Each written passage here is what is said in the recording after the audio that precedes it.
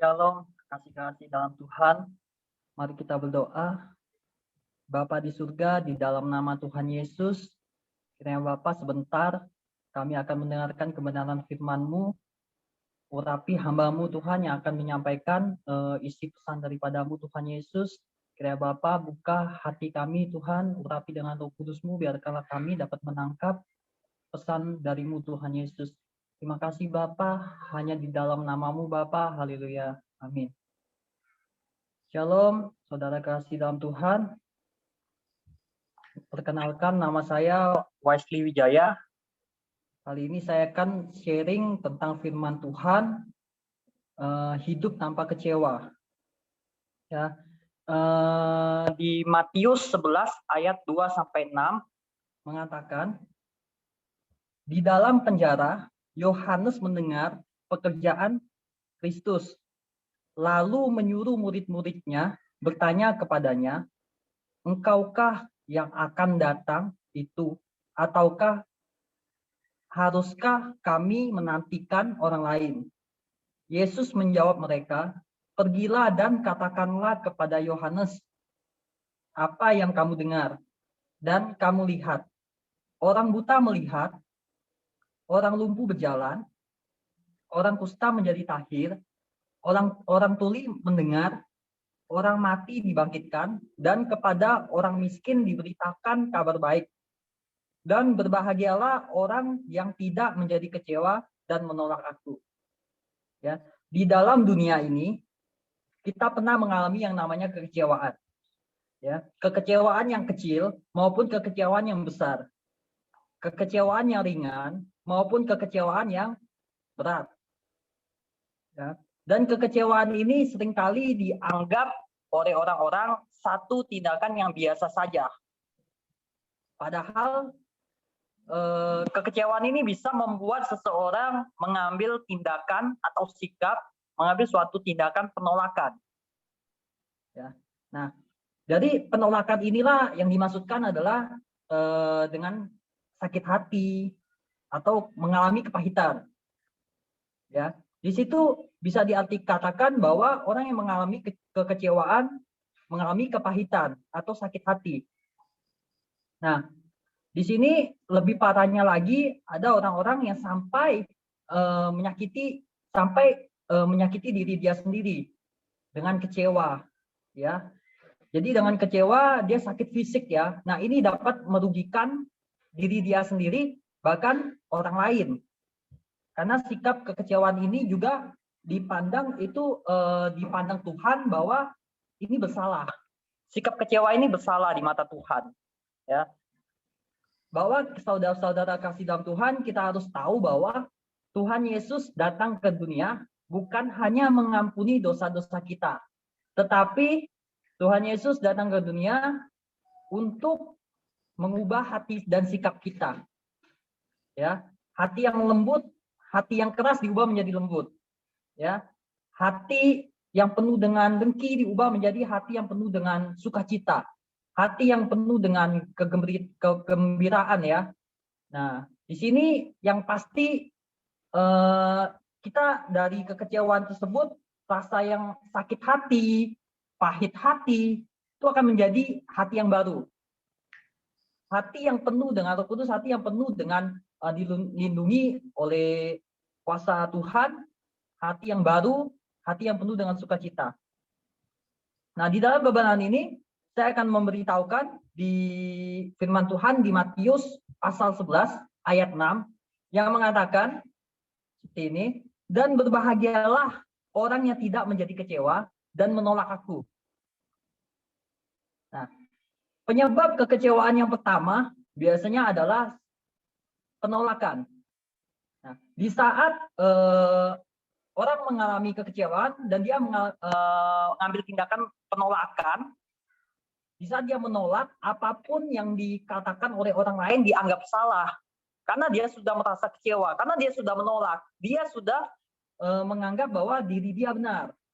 Ya, dan apa yang dikatakan orang lain itu adalah salah, apalagi orang tersebut pernah mengecewakan dia. Nah, di sini dia sudah menutup diri bahwa apapun bahkan ajaran-ajaran yang disampaikan yang disampaikan oleh orang yang lebih paham dari dia sudah menolak, ya, karena dari penolakan tersebut akibat dari kekecewaan ini. Ya. Dampak negatif dari sebuah kekecewaan itu yang pertama adalah kekecewaan mengakibatkan dosa masuk ke dalam hidup kita. Ya, ini paling sering ya, karena semakin kita kecewa, artinya kita semakin jauh daripada Tuhan. Ya, semakin kita kecewa, semakin kita jauh daripada Tuhan. Di saat itu dosa semakin besar. Tanpa kita sadar, Tuhan makin jauh. Sebenarnya Tuhan sudah ada dalam diri kita ya.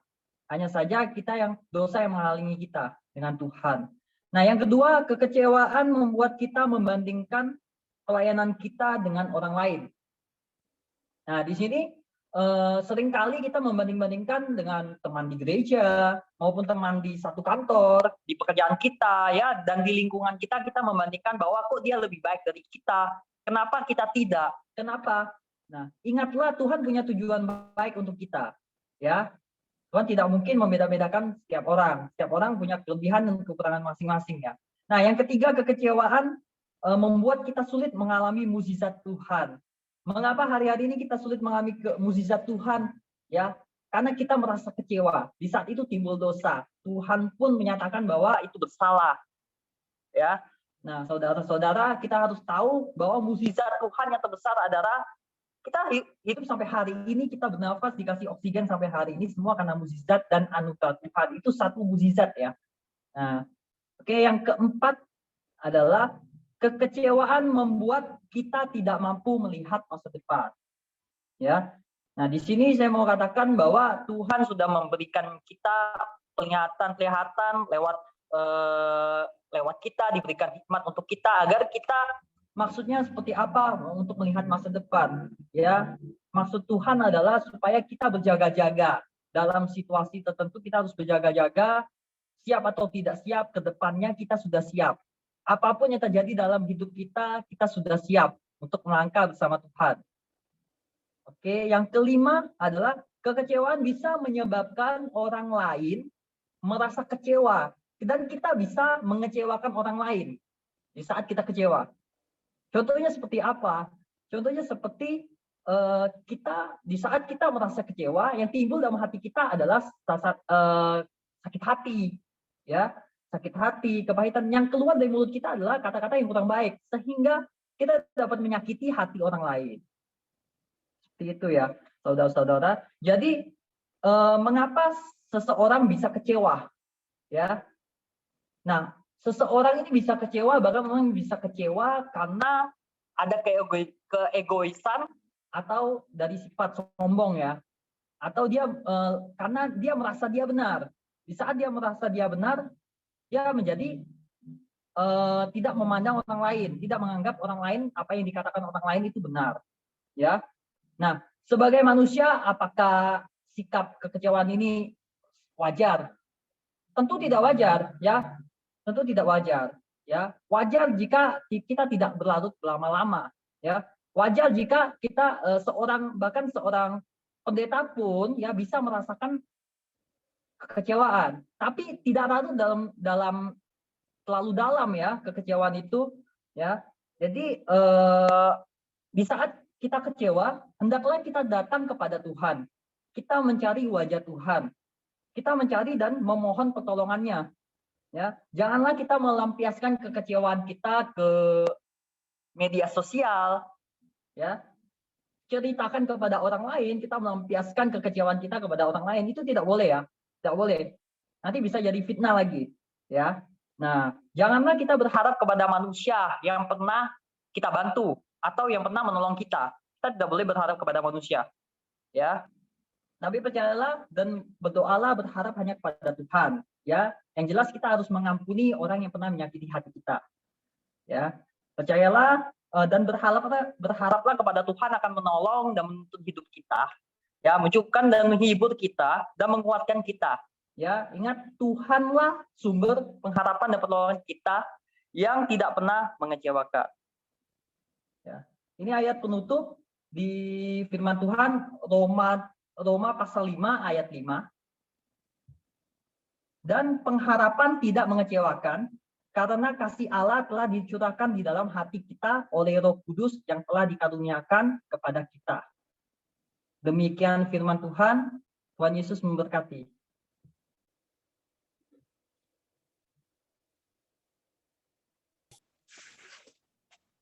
Oke, shalom semuanya. Oke, sebelum kita sharing firman Tuhan, kita berdoa terlebih dahulu. Mari kita berdoa. Tuhan Yesus, Allah Bapa kami yang bertata dalam kerajaan surga, kami mengucap syukur ya Tuhan untuk kasih setiamu Tuhan. Pada kesempatan malam hari ini ya Tuhan, kami bersyukur Engkau telah memberikan kesempatan bagi kami untuk kami dapat berkumpul, kami dapat sharing akan kebenaran firman-Mu Tuhan. Suci kuduskan ya Tuhan hati pikiran kami, biarlah kami layak untuk mendengarkan kebenaran firman-Mu.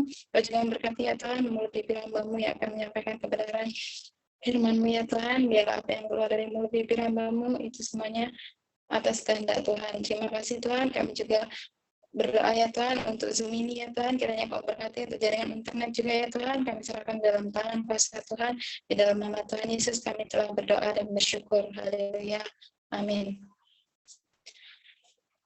Shalom semuanya, perkenalkan nama saya Titi Estiarini. Saat ini saya mau sharing temanya yaitu mengatasi kekhawatiran hidup. Nah, kita ambil di dalam Matius pasal yang ke-6 ayat yang ke-25 sampai dengan 34.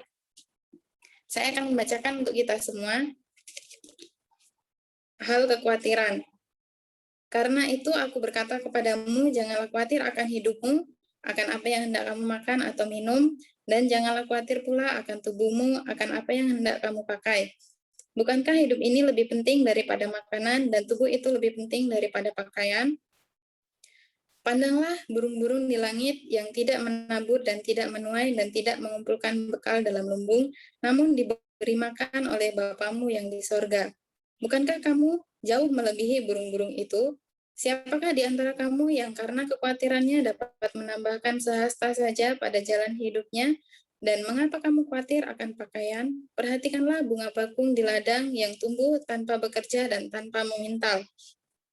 Namun aku berkata kepadamu, Salomo dalam segala kemegahannya pun tidak berpakaian seindah salah satu dari bunga itu. Jadi, jika demikian Allah mendandani rumput di ladang yang hari ini ada dan besok dibuang ke dalam api, tidakkah Ia akan terlebih lagi mendandani kamu, hai orang yang kurang percaya? Sebab itu, janganlah kamu khawatir dan berkata, apakah yang akan kamu makan? Apakah yang akan kami makan? Apakah yang akan kami minum? Apakah yang akan kami pakai? Semua itu dicari bangsa-bangsa yang tidak mengenal Allah. Akan tetapi Bapamu yang di surga tahu bahwa kamu memerlukan semuanya itu. Tetapi carilah dahulu kerajaan Allah dan kebenarannya, maka semuanya itu akan ditambahkan kepadamu. Sebab itu, janganlah kamu khawatir akan hari esok, karena hari esok mempunyai kesusahannya sendiri. Kesusahan sehari cukuplah untuk sehari. Amin. Nah, kekhawatiran adalah sikap gelisah, cemas, dan juga takut terhadap segala sesuatu yang belum terjadi. Jadi kita khawatir itu tentang masa depan kita, contohnya ya, kita khawatir tentang sesuatu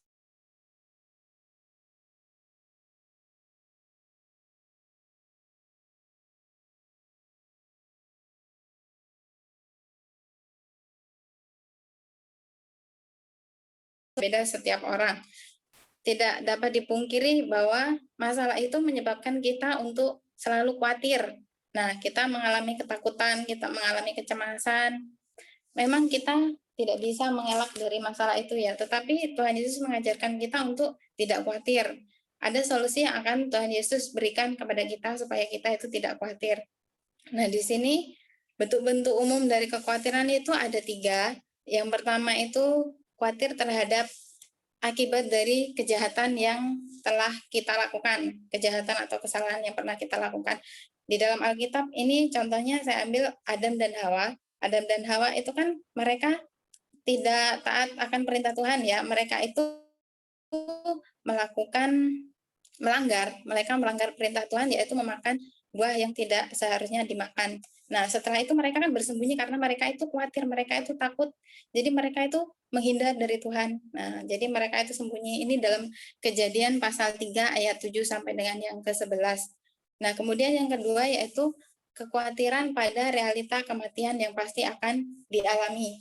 Jadi setiap kita manusia akan mengalami kematian. Dan kematian ini masih misteri ya, kita nggak tahu kita matinya tanggal berapa, sudah tuh kita mati dalam keadaan apa, kemudian kita itu mati di mana. Nah, jadi kematian ini kita tidak tahu waktunya, hanya Tuhan yang tahu. Tetapi kita yakin dan percaya, kita berjaga-jaga, Tuhan Yesus itu sudah memberikan keselamatan bagi setiap kita ya. Tapi kita yang percaya kepada Tuhan dan kita melakukan perintah Tuhan. Oke, kemudian yang ketiga ini kekhawatiran terhadap hidup dan kehidupan yang harus dijalani setiap hari. Nah, kebanyakan dari kita itu mengkhawatirkan apa yang belum terjadi. Tadi saya udah bilang di awal. Jadi apa yang belum terjadi itu seperti saya misal umur 25 ini. Saya nanti nikah tahun berapa ya? Sebenarnya ya itu memang kekhawatiran ya. Kita sebagai manusia, tetapi Tuhan mengajarkan kita untuk tidak khawatir sekali lagi ya. Tuhan itu melarang kita sebenarnya karena di di Injil Matius tadi sudah dijelaskan bahwa Tuhan mengatakan janganlah kamu khawatir gitu. Jadi Tuhan Yesus itu melarang kita untuk khawatir. Nah, kekhawatiran terhadap hidup dan kehidupan yang harus dijalani setiap hari. Jadi kita itu khawatir tentang masa depan kita, contohnya, kemudian tentang kesehatan kita tidak tahu, jadi kita tidak perlu khawatir. Nah, di sini di dalam Injil Matius ini pasal yang ke-6 ayat 25 sampai dengan 34 dibahas mengenai kekhawatiran. Nah, di sini ini merupakan khotbah Yesus sendiri ya. Yesus itu menekankan kepada murid-muridnya untuk tidak khawatir tentang apapun juga. Di perikop ini, Tuhan Yesus itu menyebutkan kata janganlah kamu khawatir itu ada 4, di ayat 25 itu 2 kali, kemudian di ayat 31 dan juga 34. Nah, di sini Yesus mengatakan janganlah kamu khawatir. Jadi janganlah itu merupakan sebuah larangan keras ya menurut saya. Karena janganlah seperti kata larangan gitu. Nah, artinya Yesus itu melarang kita untuk khawatir, untuk kita khawatir untuk kehidupan kita. Nah, contohnya seperti ini. Kita di SPBU ya, kalau ngisi bensin itu kan ada keterangan dilarang merokok di area SPBU. Nah, itu merupakan larangan karena dapat menyebabkan kebakaran dan juga bahkan meledak ya. Bisa jadi SPBU itu meledak karena ada yang merokok di area SPBU itu. Kemudian ada juga misal kita naik pesawat ya, kita keluar kota, kita naik pesawat, pasti ada pramugarinya itu pasti ada ngasih tahu matikan dulu HP-nya atau di mode pesawat. Nah, supaya ya mereka tidak terganggu untuk jaringan mereka, untuk instalasi mereka itu supaya tidak terganggu gitu. Nah, demikian juga kenapa Tuhan Yesus itu melarang kita untuk khawatir. Nah, ini alasannya itu ada 3 ya. Yang pertama itu adanya jaminan pemeliharaan Bapa. Ayat yang ke-32 dan juga Roma 8 ayat yang ke-28. Ini saya bacakan. Kita tahu sekarang bahwa Allah turut bekerja dalam segala sesuatu untuk mendatangkan kebaikan bagi mereka yang mengasihi Dia, yaitu bagi mereka yang terpanggil sesuai dengan rencana Allah. Amin. Nah, jaminan pemeliharaan Bapak, saya ingat lagu sekolah minggu ya. Kalau kita semua pasti dulu udah ikut sekolah minggu dan udah tahu, termasuk saya juga kakak sekolah minggu. Nah, lagu sekolah minggu yang katanya, jangan kamu khawatir, burung di udara dia pelihara. Jangan kamu khawatir, bunga di padang dia hiasi. Jangan kamu khawatir, apa yang kau makan, minum, pakai. Jangan kamu khawatir, Bapa di surga memelihara. Nah, kalimat terakhir itu udah pasti ya, Bapa di surga memelihara. Nah, dari kita sekolah minggu pun kita diajari bahwa Tuhan Yesus Allah Bapa kita itu memelihara setiap kita. Jadi kita tidak perlu khawatir ya. Kemudian untuk yang kedua, kekhawatiran itu adalah musuh iman. Nah, ini di dalam Matius 14 ayat 22 sampai 23 itu perikopnya tentang Petrus ya. Petrus berjalan di atas air. Nah, Petrus itu mau menghampiri Tuhan Yesus kan. Nah, setelah itu Petrus berjalan di atas air. Pertama-tama Petrus itu yakin dan percaya dia bisa. Nah, setelah dia sudah berjalan di atas air beberapa langkah, Nah, setelah itu ada muncul ketakutan dan juga kekhawatiran dalam Petrus pada saat dia berjalan di atas air, sehingga pada saat dia khawatir itu iman Petrus ini lemah, sehingga dia tenggelam, bahkan tenggelam. Dia tidak bisa lagi berjalan di atas air, bahkan dia tenggelam. Maka dari itu alasan untuk kita tidak khawatir, karena khawatir itu musuh dari iman. Jadi khawatir itu bisa melemahkan iman kita. Kita tidak percaya kepada Tuhan kan, karena Tuhan sudah menjanjikan untuk hidup kita. Oke, kemudian yang ketiga itu kekhawatiran menyebabkan penyakit. Nah, tadi kekhawatiran saya sudah jelaskan di awal, kekhawatiran itu sikap gelisah, sikap cemas akan sesuatu yang itu belum tentu terjadi ya dalam kehidupan kita. Nah, kekhawatiran ini mengakibatkan penyakit. Kita sering, misal kita khawatir itu berdebar-debar, kita gampang kaget, kita gampang putus asa, kita lemas. Nah, bisa jadi mengakibatkan penyakit kronis, bahkan yang gampang kaget tadi bisa jadi jantungan, kita kan juga nggak tahu. Nah, maka dari itu kekhawatiran itu mengakibatkan penyakit. Ada di Amsal 12 ayat 25a, kekhawatiran dalam keuntungan apa-apa untuk hari esok, kekhawatiran malah justru akan memberikan kita rugi secara rohani dan juga jasmani. Jasmani kita bisa sakit, kemudian rohani ya kita tadi lemah iman itu. Nah, kemudian Alkitab berisi janji-janji Allah bagi kita, dan janjinya itu ya dan amin. Karena itu janganlah kita khawatir, karena orang yang khawatir adalah orang yang meragukan janji Tuhan dalam hidupnya. Yang menjadi pertanyaan bagi kita yaitu bagaimana seharusnya sikap kita dan yang harus kita lakukan ketika ada masalah. Jadi setiap kita, tadi saya juga udah jelaskan, setiap kita manusia itu pasti memiliki masalah. Baik anak-anak, itu masalah sekolah, kita orang dewasa yang sudah bekerja, bahkan orang tua yang mendidik anak-anak sesuai dengan kehendak dan sesuai dengan firman Tuhan. Nah, bagaimana sikap kita untuk menghadapi masalah, menghadapi kesulitan, menghadapi tantangan hidup kita? Rumusnya yaitu tetap 3B. 3B ya. Yang pertama itu tetap berserah. Tetap berserah ini kita ambil dari 1 Petrus 5 ayat 7. Nah, di situ kita menyerahkan setiap pergumulan kita dan juga masalah kita kepada Tuhan, dan kita percaya bahwa Ia sanggup menolong kita tepat pada waktunya Tuhan. Tuhan itu menolong kita tepat pada waktunya Tuhan. Nah, kita harus selalu berserah. Kita selalu berserah kepada Tuhan, kita percaya Tuhan itu akan menolong kita. Tuhan tidak akan meninggalkan setiap kita yang percaya kepada Tuhan. Nah, yang kedua yaitu tetap berdoa. Ini Filipi 4 ayat yang ke-6. Firman Tuhan menjanjikan apabila kita meminta, maka kita akan mendapatkan. Jadi, yang Tuhan inginkan adalah tetap berdoa dan menantikan pertolongan Tuhan. Nah, selain kita berserah, kita juga harus tetap berdoa. Kita diajarkan untuk tetap setia berdoa ya. Kemudian yang ketiga yaitu tetap bersyukur. Nah, jangan lupa bersyukur. Ini 1 Tesalonika 5 ayat yang ke-18. Kehendak Tuhan adalah tetap mengucap syukur apapun keadaannya. Jadi bukan hanya dalam keadaan baik-baik saja kita mengucap syukur, tetapi pada saat kita punya masalah, pada saat kita lemah, maupun ada tekanan ya dalam hidup kita sehari-hari, kita tetap harus mengucap syukur. Karena Tuhan Yesus itu baik. Kita diberi nafas hari ini aja kita bersyukur sama Tuhan. Kalau Tuhan bilang berhenti bernapas, kita dicabut nafasnya, jantung kita berhenti berdetak, kita sudah tidak bisa apa-apa lagi. Jadi kita selalu bersyukur, dari nafas kehidupan pun kita bisa bangun pagi hari, itu ucapan syukur bagi setiap kita. Oke, nah jika ada masalah itu kita pasti tahu Tuhan akan bantu untuk menyelesaikan masalah itu dalam kehidupan kita. Nah, jika ada tantangan, Tuhan juga akan memberikan jalan keluar bagi setiap kita. Sakit penyakit, Tuhan akan menyembuhkan untuk kita yang mengalami sakit penyakit. Ya, jadi saya akan menutup sharing firman Tuhan pada saat ini. Jadi kita harus membuang kekhawatiran dan kita harus tetap semangat untuk mengikut Tuhan Yesus. Terima kasih. Tuhan Yesus memberkati. Shalom.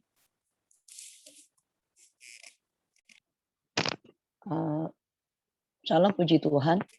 Oke, selanjutnya. Ya, puji Tuhan, mari bersama-sama kita berdoa. Bapa di surga, terima kasih buat berkat Tuhan hari ini berkelimpahan dalam kehidupan kami. Sementara kami sering firman Tuhan, urapi kami biar kami bisa menangkap isi hati Tuhan, apa yang Tuhan hendak kami lakukan di dalam kehidupan kami hari-hari. Terima kasih Tuhan dalam nama Yesus. Haleluya. Amin. Salam Bapak Ibu terkasih dalam Tuhan. Perkenalkan saya Meli, ya. Karena ada kata-kata berkata begini, kalau tidak kenal tidak sayang, maka saya mau Bapak Ibu sayang saya, maka saya kenalkan diri saya, ya. Nama saya Meli, suami 1, anak 2. Tuhan Yesus berberkati. Baik, kita akan mulai. Malam hari ini saya akan bagikan firman Tuhan di Yakobus 3, ya, ayat 1 sampai 12. Bapak Ibu terkasih dalam Tuhan. Tapi saya akan baca di ayat 8. Yakobus 3 ayat 8, ya. Tetapi tidak seorang pun yang berkuasa menjinakkan lidah. Ia adalah sesuatu yang buas yang tak terkuasai dan penuh racun yang mematikan. Bapak Ibu terkasih dalam Tuhan, firman Tuhan berkata, ya, tidak ada satu pun yang berkuasa, ya, tidak seorang pun yang berkuasa menjinakkan lidah. Tapi bukan berarti kita tidak bisa menjinakkan lidah, ya. Jadi kita bisa menjinakkan lidah kita bisa mengendalikan lidah kita. Jadi menjadi pertanyaan bagi kita, mengapa kita harus menjinakkan lidah kita, ya? Kita lihat di ayat 4, ya, 4, 5 dan 6, ya. Di ayat 4 dikatakan, dan lihatlah saja kapal-kapal walaupun amat besar dan digerakkan oleh angin keras, namun dapat dikendalikan oleh kemudi yang amat kecil menurut kehendak jurumudinya. Mengapa kita harus menjindak lidah kita? Karena firman Tuhan bilang lidah kita ini seperti jurumudi, ya, yang bisa mengendalikan seluruh kehidupan kita. Seperti kapal yang punya jurumudi bisa mengendalikan kapal kemana kapal harus mencapai tujuannya. Begitu juga lidah kita sebagai jurumudi untuk mengendalikan kehidupan kita, kemana arah kehidupan kita. Apakah arah hidup kita mau menuju kehancuran, atau arah hidup kita mau menuju ke rencana Allah yang besar dalam kehidupan kita. Jadi mengapa kita menjindak lidah? Perhatikan, karena lidah kita adalah seperti jurumudi yang bisa menguasai seluruh kehidupan kita. Terus kedua, kenapa kita harus menjindakkan lidah? Ayat 5 berkata, demikian juga lidah, walaupun suatu anggota kecil dari tubuh, kita tahu lidah kita adalah suatu yang kecil dari seluruh tubuh kita, ya.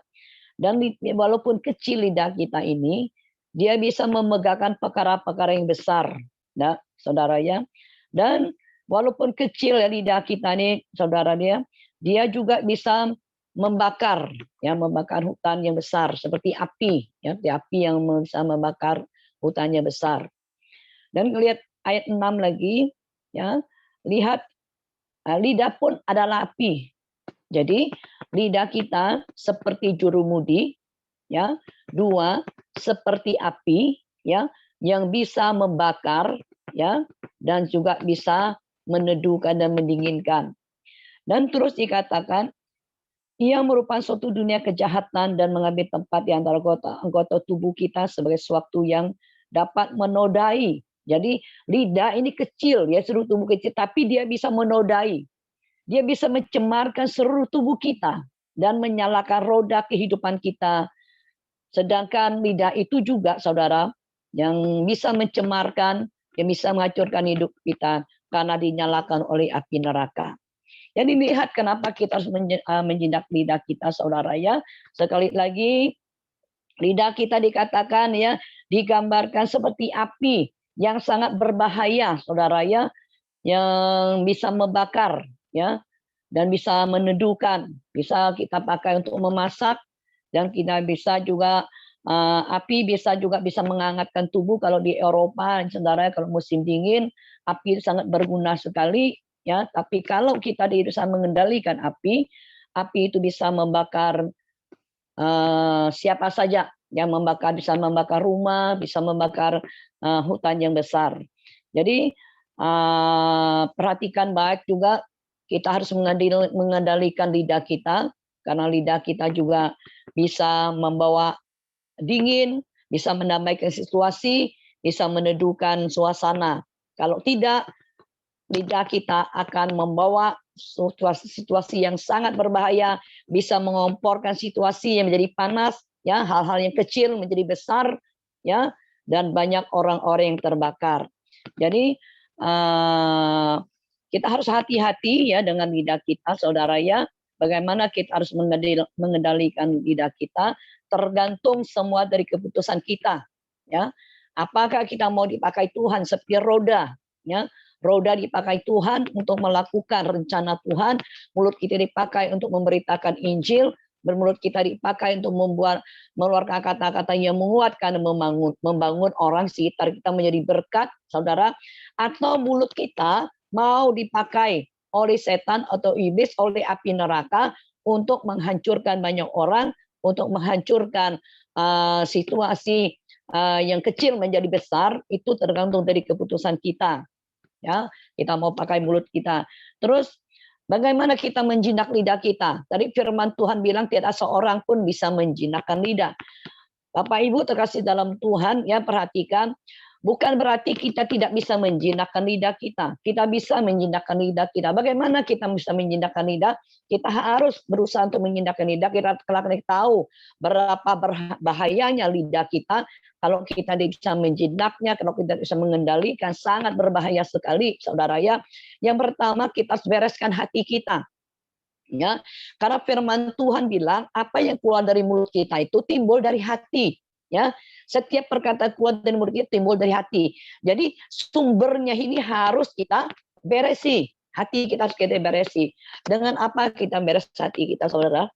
Kita tidak bisa memakai kekuatan kita. Kita tidak bisa memakai harta benda kita. Kita tidak bisa memakai apapun yang bisa membereskan hati kita kecuali firman Tuhan. Firman Tuhanlah yang bisa membereskan hati kita. Firman Tuhanlah bisa menyelidik hati kita. Firman Tuhanlah bisa membersihkan hati kita. Firman Tuhanlah yang bisa meneduhkan hati kita.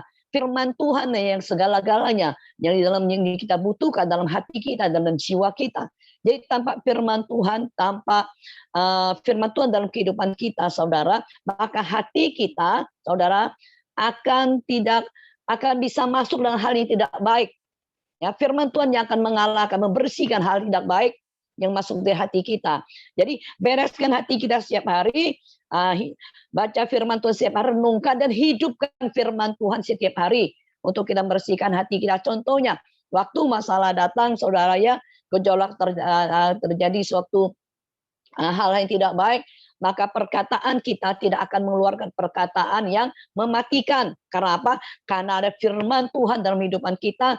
Firman Tuhan itu menguatkan kita karena segala perkara yang terjadi di hidup kita itu mendatangkan kebaikan bagi kita. Maka kita senantiasa mulut kita dengan ucapan syukur. Ya, firman Tuhan bilang tidak mungkin ya kalau hati bersih mengeluarkan perkataan jahat. Dan tak mungkin hati jahat mengeluarkan perkataan yang bersih. Jadi pembendaharaan, yaitu yang baik akan mengeluarkan yang baik, yang jahat akan mengeluarkan yang jahat. Jadi perhatikan hari-hari ini, bersihkan hati kita setiap hari ya, dari apa? Dari kesombongan, dari iri hati, dari dendam, dari sakit hati, dan sebagainya. Bersihkan dengan firman Tuhan.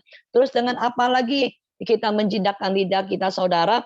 Hari-hari ini kita harus banyak mendengar, lebih banyak lagi, tapi kita harus lambat berkata-kata.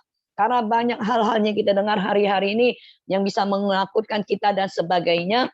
Bapak Ibu, perlu memang kita mendengar firman Tuhan bilang, kita harus banyak mendengar, tapi lambat untuk berkata-kata.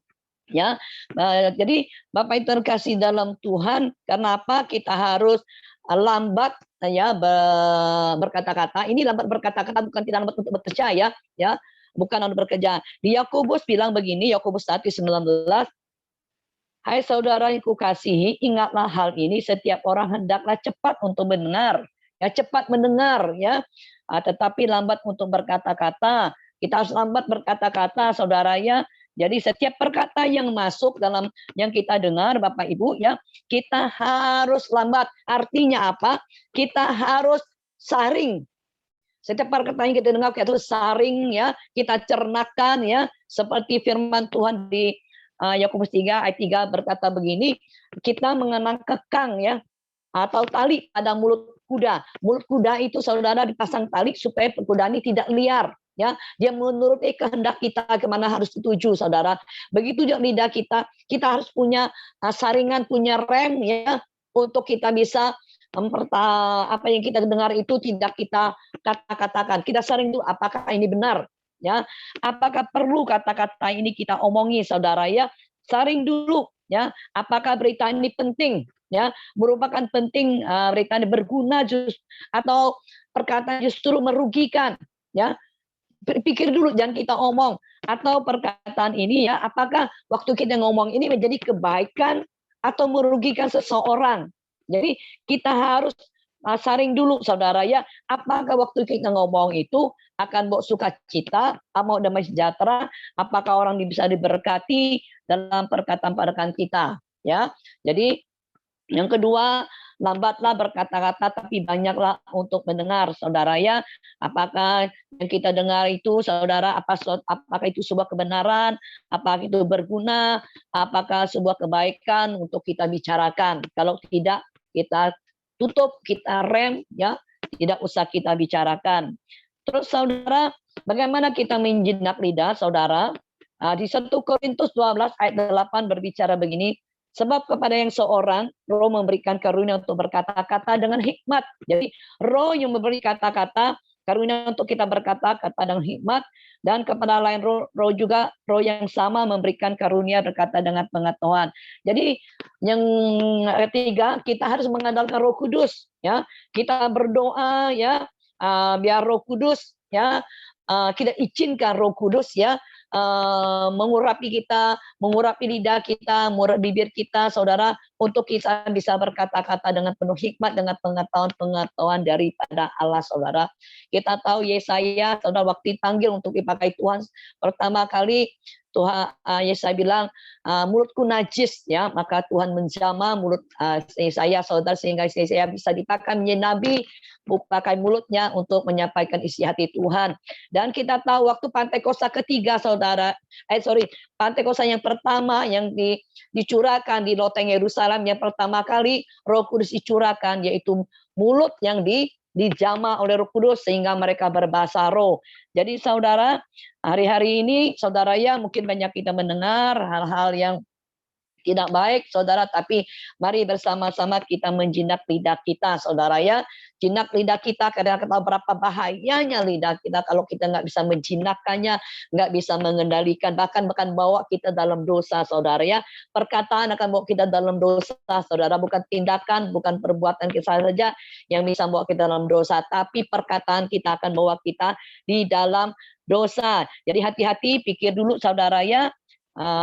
Biar firman Tuhan malam hari ini bisa menjadi berkat bagi kita, ya, karena kita tahu tahun-tahun ini selain tahun integritas, saudara, kita juga masuk di tahun P-Alef, saudara. P-Alef adalah perkataan-perkataan kita, ya, mulut kita, biarlah kita dapat memuji-muji Tuhan. Saudara, saya sebagai ayat penutup, saudara, di Bilangan 14 ayat 28, katakanlah kepada mereka, demi aku yang hidup, demikianlah firman Tuhan, bahwasan seperti yang kamu katakan kepadaku, demikian akan kulakukan kepadamu. Perhatikan apa yang keluar dari mulut kita, itu akan yang Tuhan lakukan. Jadi ada kuasa dilepaskan melalui perkataan kita. Perkataan dapat mengubah hidup kita dan kehidupan orang lain. Tapi perkataan juga bisa memberi kematian dan kehidupan. Perhatikan, bisa mematikan orang lain. Dan dengar baik, saudara, ya, kita tahu ayat yang sudah tidak asing lagi bagi kita di Amsal bilang, hidup mati di kuasa lidah. Siapa yang menggemanya akan memakan buahnya.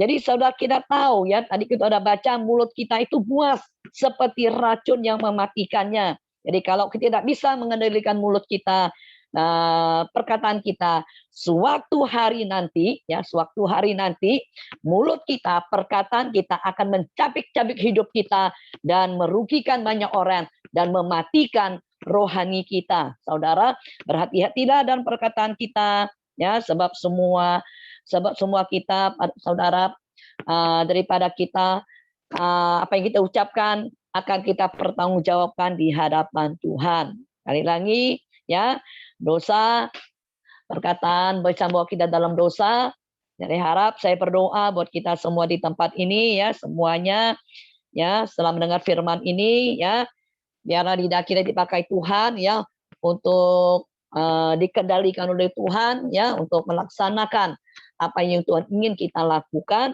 dan biar lidah kita seperti api yang dibakar oleh api Roh Kudus, bukan oleh api neraka, saudara ya. Dan biarlah mulut kita seperti kemudi ya, kemudi yang dapat membawa kehidupan kita pada sasaran yang tepat, yaitu pada rencana-rencana Allah. Amin. Tuhan Yesus memberkati. Haleluya. Oke, selanjutnya. Tolong, mari Tuhan, kita satukan doa. Bapak ingin bersama dalam nama Yesus, kasih dan anugerah-Mu sepanjang hari. Pemeliharaan-Mu Tuhan, kalau kami ada, sampai kami ada hari ini, kami bersyukur dan terima kasih Bapak, berkarya. Kami akan sharing firman-Mu Tuhan, berapi hamba-Mu, berapi umat-umat-Mu yang dengar firman-Mu, bisa jatuh di hati dalam tumbuh buah berakar Bapak. Terima kasih Bapak, dalam nama Yesus, amin.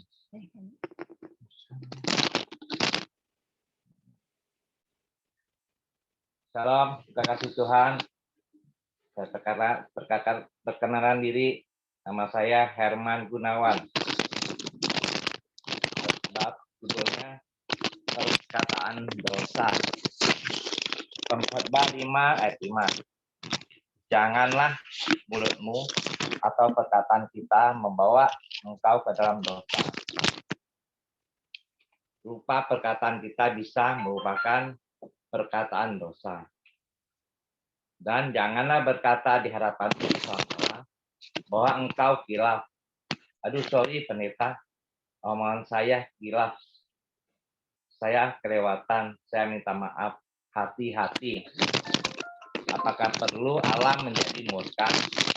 Allah marah atas ucapan-ucapanmu dan merusakkan pekerjaan tanganmu. Dari ayat ini kita bisa belajar. Ternyata yang dimaksud dengan dosa bukan hanya apa yang kita lakukan. Dan bukan cuma hanya tindakan kita saja. Tapi dosa juga bisa masuk perkataan kita yang salah, yang kita ucapkan. Dari ayat ini, jelas perkataan-perkataan kita yang salah bisa merupakan perkataan yang membuat kita jatuh dalam dosa. Bahkan perkataan kalimat dosa itu bisa menandakan murka Tuhan. Bahkan Tuhan akan merusak pekerjaan tangan kita. Saudara dengar baik. Mungkin bagi saudara dan saya tidak memusingkan ucapan orang lain. Tapi rupanya Tuhan sangat konsen sekali dengan ucapan setiap kita. Tuhan sangat serius memperhatikan apa yang kita ucapkan. Baik yang kita ucapkan lewat mulut, di hati, di pikiran, maupun yang kita tulis atau yang kita ketik lewat medsos. Mari kita baca Matius 12 ayat 6. Tetapi aku berkata kepadamu, setiap kata sia-sia yang diucapkan orang harus dipertanggungjawabkan pada hari penghakiman. Matius 12 ayat 37. Karena menurut ucapanmu engkau akan dibenarkan, dan menurut ucapanmu pula engkau akan dihukum. Siapa yang mau dihukum? Angkat tangan ada? Tentu kita tidak mau dihukum. Dengan kata dihukum juga sangat mengerikan, betul. Siapa yang mau dibenarkan? Kita harus menjaga perkataan kita. Yesus berkata, setiap ucapan kita ternyata tidak berlalu begitu saja. Alkitab berkata, setiap ucapan kita yang sia-sia, satu hari harus kita pertanggungjawabkan di hadapan Tuhan pada tata pengadilan. Apakah perlu Allah menjadi murka? atau ucapan-ucapanmu dan merusakkan pekerjaanmu, dan itu akan membuat kita mengalami yang tidak baik, yaitu dihukum akibat apa yang kita kerjakan akan gagal-gagal. Kesimpulan, berhati-hatilah dalam setiap perkataan kita, sebab suatu hari semua yang kita ucapkan harus kita pertanggungjawabkan di hadapan Tuhan. Ingatlah bahwa apa yang dimaksud dengan dosa bukan hanya apa yang kita perbuat, tapi yang dimaksud dengan dosa juga termasuk apa yang kita ucapkan. Hati-hati dengan perkataan yang ternyata justru merugikan. Jangan sampai akhirnya kita berurusan dengan Tuhan sendiri. Biarlah mulai hari ini kita mau datang dan berkata kepada Tuhan, Tuhan ini hidup kami. Ketika kita akan meninggal, dikuburkan, tetapi perkataan yang kita ucapkan maupun yang tulis dan yang kita ketik tidak akan bisa ikut sama. Kita dikuburkan dan hilang begitu saja doksamanya.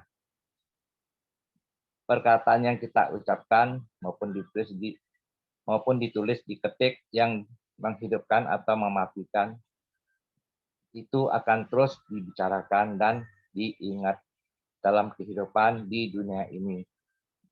Demikian firman Tuhan yang singkat. Tuhan Yesus memberkati. Oke, selanjutnya.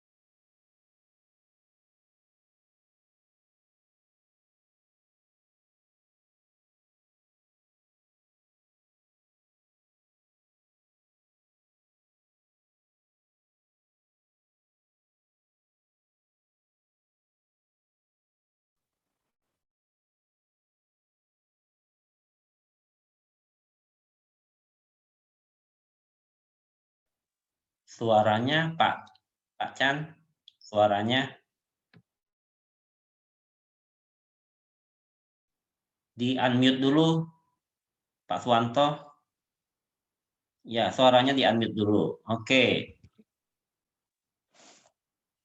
Shalom Bapak Ibu, nama saya Suwanto. Tema malam ini menjaga-jaga kesehatan. Saudara yang dikasihi dalam Tuhan, saat ini setiap orang pasti mendapatkan memiliki tubuh yang sehat, kehidupan yang sehat, baik jasmani maupun rohani. Tetapi seringkali banyak memelihara kesehatannya yang dengan cara-cara yang salah, bahkan tidak berkenan di hadapan Tuhan. Apalagi di tengah-tengah pandemi penyakit yang sangat berbahaya ini, kesehatan terasa begitu mahal dan saat berarti, bahkan kematian begitu dekat dengan kehidupan kita.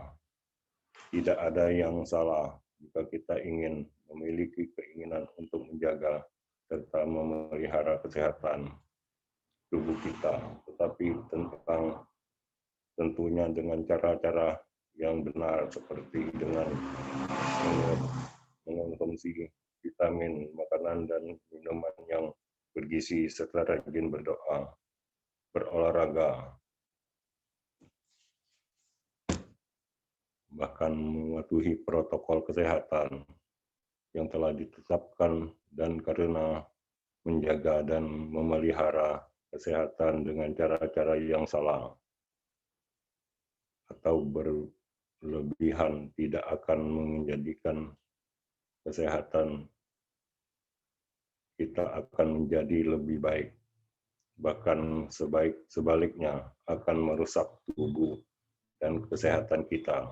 Ada beberapa hal bagaimana kita harus memelihara serta menjaga kesehatan menurut kebenaran firman Tuhan. 1. Selalu mengucap syukur, bersukacita, selalu melakukan yang benar dan mengikuti segala ketetapan, tidak berbuat dosa lagi, menjaga tubuh yang jasmani kita, jaga mati. Tubuh kita adalah bait Allah, tempat kediaman Allah sendiri yang harus selalu kita jaga dan pelihara kesehatan dan kebersihan serta kesudahannya. Jangan sampai ada murka Allah. Tuhan kita tidak akan murka. Tuhan kita tidak bisa menjaga baitnya yang kudus, yaitu tubuh kita sendiri. Firman penutup, tahukah 1 Korintus 3 ayat 16, tidak tahukah kamu bahwa kamu adalah bait Allah dan bahwa Roh Allah diam di dalam kamu. Jika ada orang yang membinasakan bait Allah, maka Allah akan membinasakan dia. Sebab bait Allah adalah kudus dan bait Allah itu ialah kamu.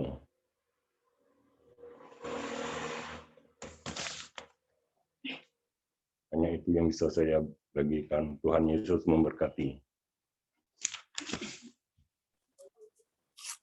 Oke, selanjutnya.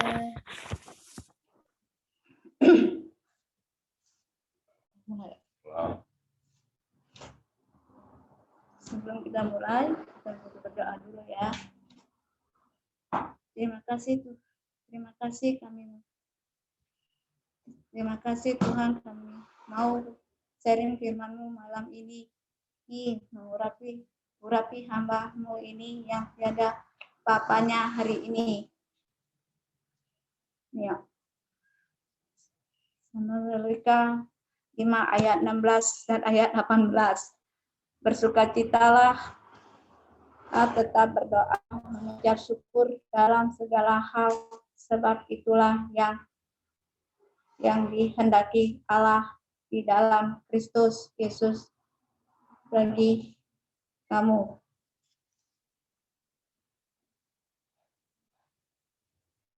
Shalom. Shalom, nama saya Herlena. Bersyukur, tema malam ini bersukacita. Bersyukurlah adalah salah satu tanda penyerahan diri kita kepada kehendak Tuhan. Saudara yang terkasih dalam Tuhan. Terkadang kebanyakan orang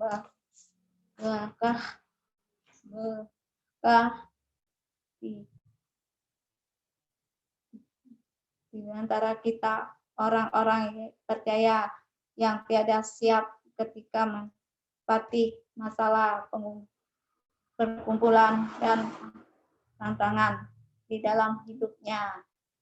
Oleh karena itu, mengeluh dan bersungut-sungut sudah menjadi bagian kehidupan hidup banyak orang, apalagi saat ini dihadapi penjuru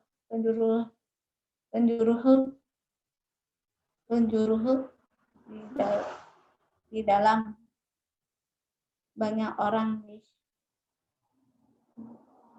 seperti rasa takut, khawatir, dan cemas bermacam dan dibawa penyakit menular datang silih berganti dan tiada pernah kita duga sebelumnya. Terus mengeluh dan bersungut-sungut dan sungguh-sungguh tiada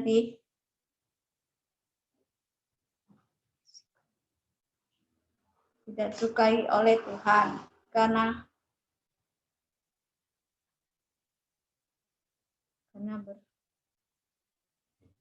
berbagai macam itu menunjukkan kita tidak puas dalam kehilangannya, rasa suka kita atas banyaknya rasa sayangnya dan perintahnya Tuhan dalam kehidupan kita selama ini. Seharusnya kita merasa bersyukur karena di setiap permasalahan dan perkumpulan Tuhan tidak pernah meninggalkan kita. Maka di antara kita maka dia turut bekerja di dalam perkara untuk mendatangi kebaikan bagi kita, anak yang dikasihinya. Setiap mendekatkan dan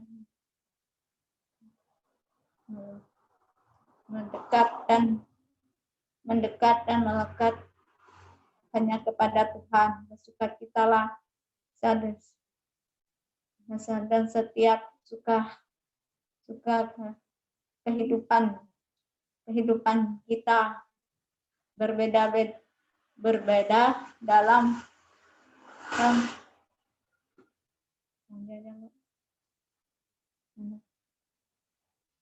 dan rencana-rencananya yang begitu indah. Tuhan Yesus memberkati. Bu, terima kasih. Hanya ini firman-Nya saya sampaikan.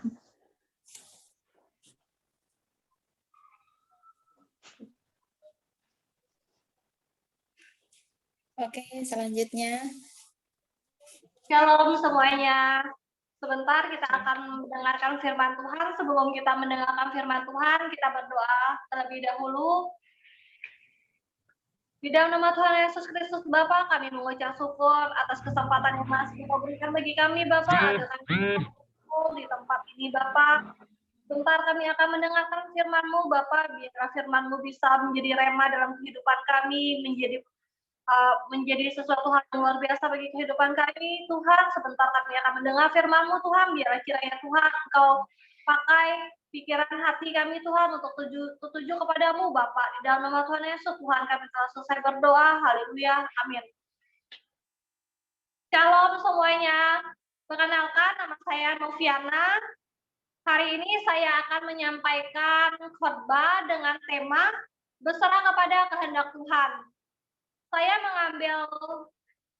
mengambilnya di Kitab Matius. Saya mengambil di Kitab Matius di ayat yang ke-6.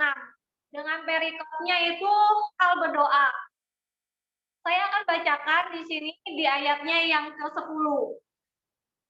Ayat yang ke-10 firman-Nya berkata, "Datanglah kerajaanmu, jadilah kehendakmu di bumi seperti di surga." Di sini berkata, "Jadilah kehendakmu di bumi seperti di surga." Apapun yang kita doakan, belajarlah berserah kepada kehendak Tuhan yang terbaik bagi kita. Kita percaya bahwa kehendak Tuhan itu yang terbaik bagi kita. Bahwa kehendak Tuhan sebagai raja dalam hidup kita itu paling penting. Apa yang raja mau, kita harus ikutkan. Apapun yang kita mau, kita bisa sampaikan kepada Dia, kepada Tuhan. Tetapi belajarlah bahwa kita harus berserah kepada Dia. Harus yakini bahwa itu adalah jalan yang terbaik bagi Tuhan. Kita berdoa kepada Tuhan, karena Tuhan lebih mengerti apa kebutuhan kita, apa keinginan kita. Kita hanya bisa melihatnya dari mata saja, tetapi Tuhan bisa mengatur semuanya dari awal sampai akhir. Percaya saja bahwa rencana Tuhan bagi kehidupan kita lebih baik daripada rencana yang kita atur. Yang penting di sini, kita harus banyak-banyak berdoa. Andalkan Tuhan dalam kehidupan kita. Firman Tuhan berkata begini, "Jadilah kehendakmu di bumi seperti di surga." Biarlah apapun yang kita doakan, kita minta kepada kehendak Tuhan.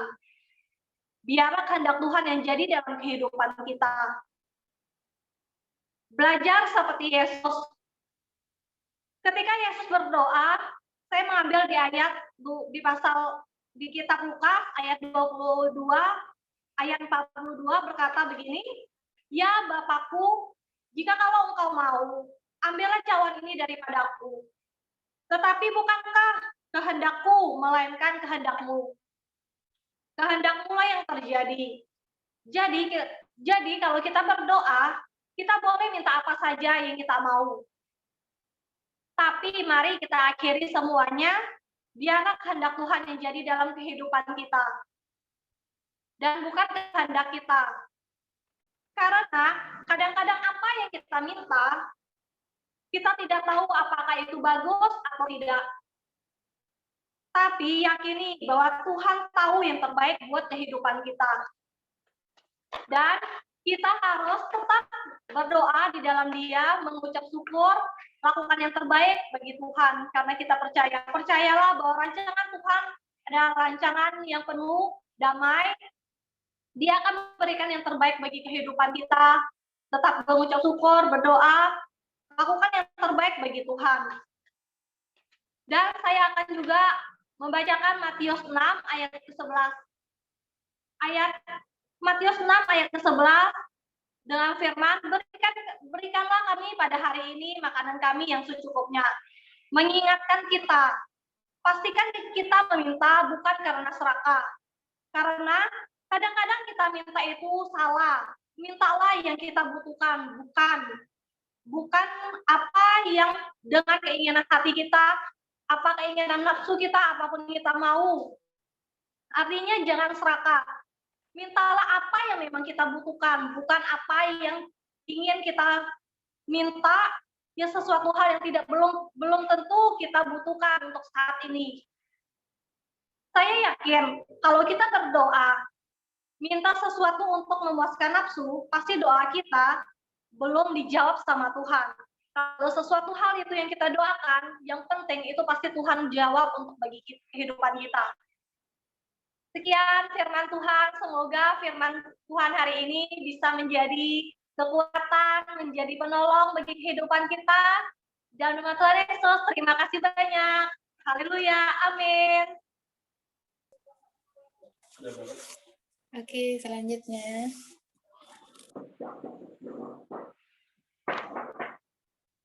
Oke, salam semuanya.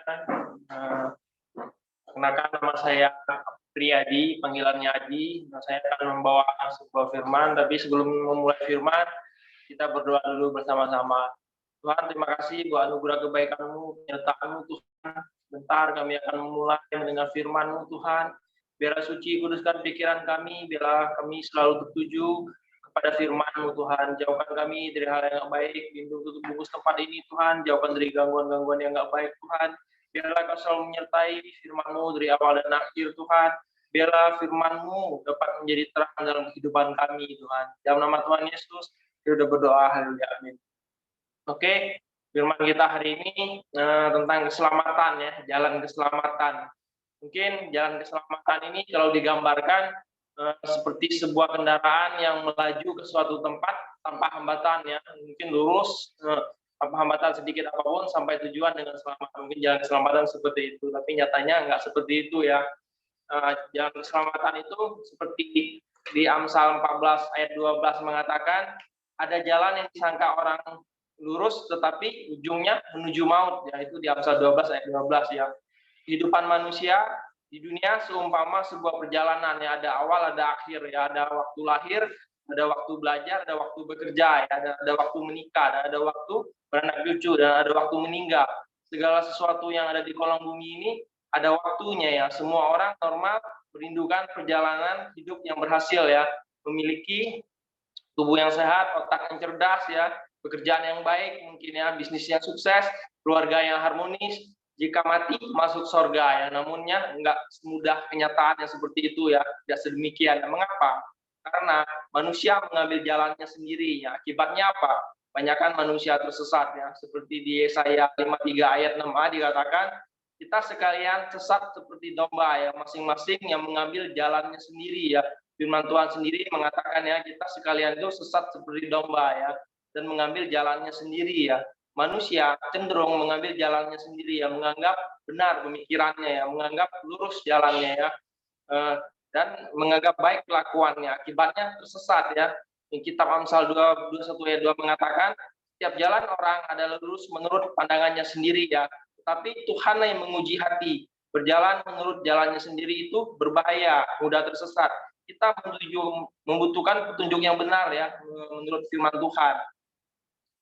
Karena manusia itu ya dalam banyak hal seringkali menyalahkan Tuhan ya, ketika dia mendapat pertolongan tepat pada waktunya. Tuhan bukan tidak mendengar ya, kadang-kadang ya, seperti di Yesaya 59 ayat 1-2 mengatakan, manusia melakukan segala kejahatan ya, akibatnya terpisah. Di ayat Yesaya 59 ayat 1-2 mengatakan, sesungguhnya tangan Tuhan tidak kurang panjang untuk menyelamatkan dan mendengarnya, tidak kurang tajam untuk mendengarnya, tetapi merupakan pemisah antara kamu dan kamu ya kejahatanmu, dan yang membuat dia menyembunyikan diri terhadap kamu sehingga ia tidak mendengar ialah dosamu. Dan dalam banyak manusia seringkali menyalahkan Tuhan ya, ketika tidak mendapatkan pertolongan yang tepat dan waktu yang tepat ya. Dan Tuhan bukan tidak mendengar ya sebenarnya ya, karena sebenarnya Tuhan bukan menyembunyikan diri ya, itu semua karena dosa manusia itu sendiri ya, yang membuat Tuhan itu ada batas ya, seperti di hadapan sehingga tidak dapat melihat kemurahan Tuhan ya, karena ada dosa gitu yang menghalangi pelanggaran kita ya untuk mendapat pertolongan dari Tuhan. Terus manusia juga telah jatuh ke dalam dosa ya. Semua manusia itu kita tahu ya jatuh ke dalam dosa ya. Akibatnya apa? Akibatnya terhilang. Seperti Roma 3 ayat 23 dikatakan, karena semua orang telah berbuat dosa dan hilang kemuliaan. Itu firman Tuhan sendiri yang mengatakan semua manusia itu telah hilang ya, dan berbuat dosa dan hilang kemuliaan Allah-nya ya. Jadi semua manusia jatuh ke dalam dosa dan telah hilang kemuliaan Allah. Berarti tidak ada satu orang pun yang layak di hadapan Tuhan ya. Entah orang itu lahir dari keluarga baik-baik, keluarga yang terpelajar, keluarga yang broken home, dari keluarga yang biasa-biasa, semua telah berdosa dan membutuhkan pengampunan dosa ya. Nah, oke, seperti ada sebuah pertama katakan, semua orang baik besar atau kecil, kaya atau miskin, terpelajar atau tidak terpelajar, terpandang atau biasa, kulit putih atau maupun berwarna, telah berdosa kehilangan kemuliaan Allah. Akibatnya adalah maut yang menanti ya. Semua itu butuh keselamatan ya. Dosa mengakibatkan berbagai masalah yang terjadi ya. Dosa dimulai dari hati yang memberontak kepada Allah karena tidak menaati firman Allah ya. Segala sesuatu yang dilakukan tidak tertuju dengan Allah merupakan adalah dosa ya. Akibat sumber masalahnya kita ingin menyelesaikan masalah hidup kita, yang harus kita selesaikan mulai dari akar masalahnya. Apa itu akar masalahnya? Yaitu dosa ya. Hanya Tuhan yang sanggup menyelesaikan dosa manusia ya. Tanpa Tuhan tidak mungkin manusia terluput dari penghukuman dosa, karena dosa telah merusak semua tatanan yang baik yang telah dibuat oleh Allah ya. Seperti di dalam kitab Kejadian 3 ayat 8 sampai 19 mencatat beberapa hal akibat dosa. Yang pertama ya, hubungan Tuhan itu dengan manusia itu menjadi terputus gitu ya. Jadi dikuasai. Yang kedua, dikuasai perasaan takut karena dosa itu telah menyelimuti manusia ya, sehingga manusia itu akibatnya takut gitu ya, karena sudah jatuh ke dalam dosa. Dan yang ketiga, di dalam Kejadian 3 ayat 8 sampai 19 ini saling menyalahkan ya satu sama lain. Kita lihat ya, manusia itu sering ya saling menyalahkan antara satu dan yang lainnya. Yang keempat itu hidup dalam kutuk dan penderitaan ya, itu semua karena dosa. Yang kelima, akan mengalami kematian kekal ya. Kalau kita sudah jatuh ke dalam dosa, itu akan mengalami kematian kekal. Itu membutuhkan suatu keselamatan ya. Di dalam Markus 7 ayat 21 sampai 23 juga mencatat dosa yang timbul dari hati ya. Yang pertama itu ada pikiran jahat, pencabulan, pencurian, pembunuhan, perzinahan, keserakahan, kejahatan, kelicikan, hawa nafsu, iri hati, hujat, kesombongan, dan kebebalan ya. Manusia membutuhkan keselamatan ya.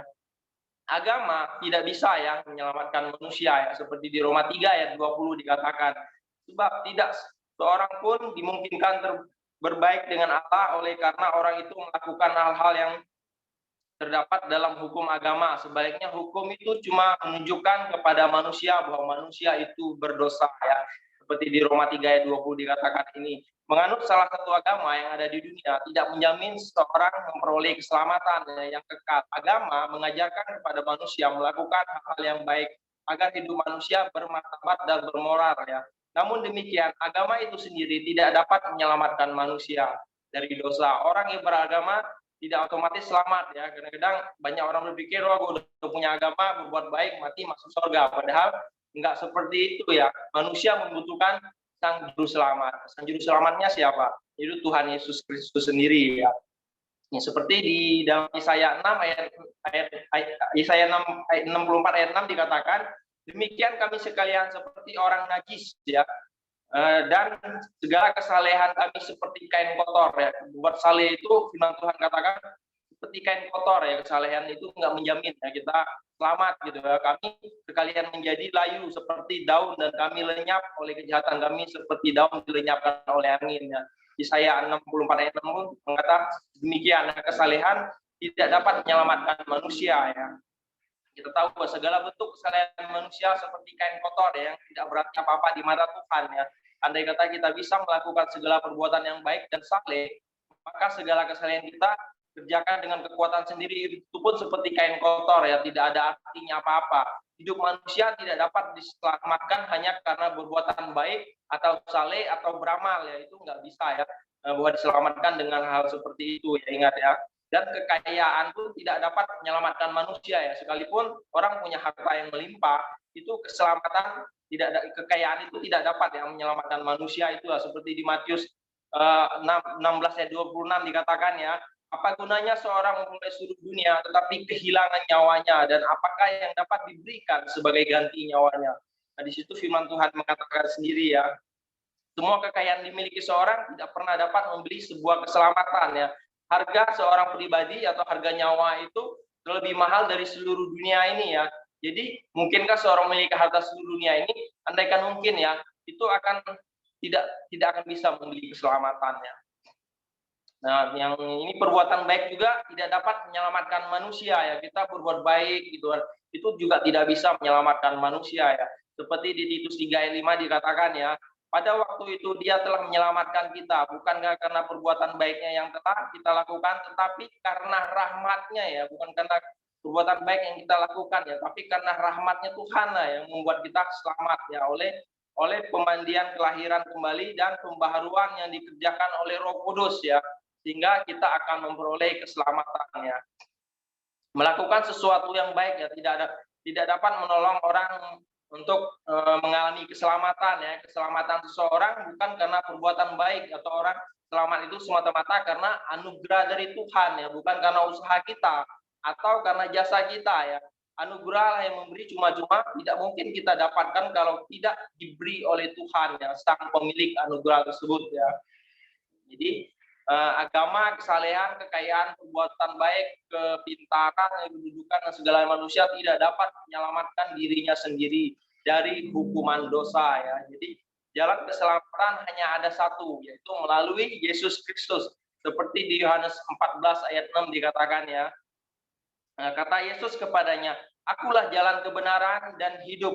Tidak ada seorang pun yang datang kepada Bapa kalau tidak melalui aku." Seperti Yohanes 14 ayat 6 dikatakan ya.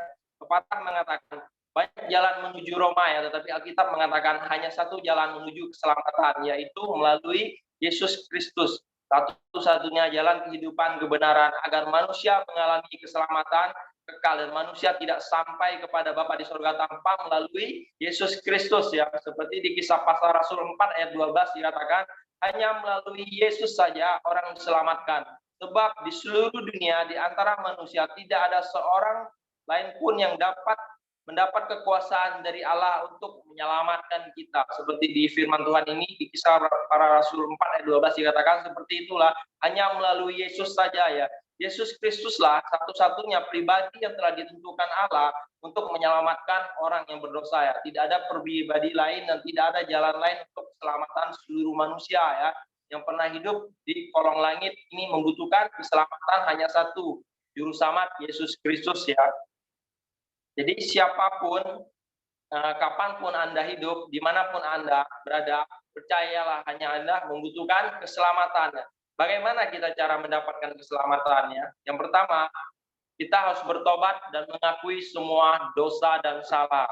Seperti di Kisah Para Rasul 3 ayat 19 dikatakan, oleh sebab itu saudara bertobatlah dari dosamu dan kembalilah kepada Allah supaya Ia menghapuskan dosa-dosamu. Firman ini mengatakan bahwa supaya kita bertobatlah ya dan dari dosa-dosamu ya, supaya kita dihapus dosa-dosanya ya. Firman Tuhan sendiri mengatakan seperti itu ya, bertobat mengakui semua dosa dan salah untuk mendapatkan keselamatan. Jadi menyadari penyesalan akan dosa dan kesalahan serta langkah untuk meninggalkan dosa ya, memperbaiki tingkah laku yang salah satunya atau yang jahat atau kembali ke Tuhan serta melakukan kebenarannya.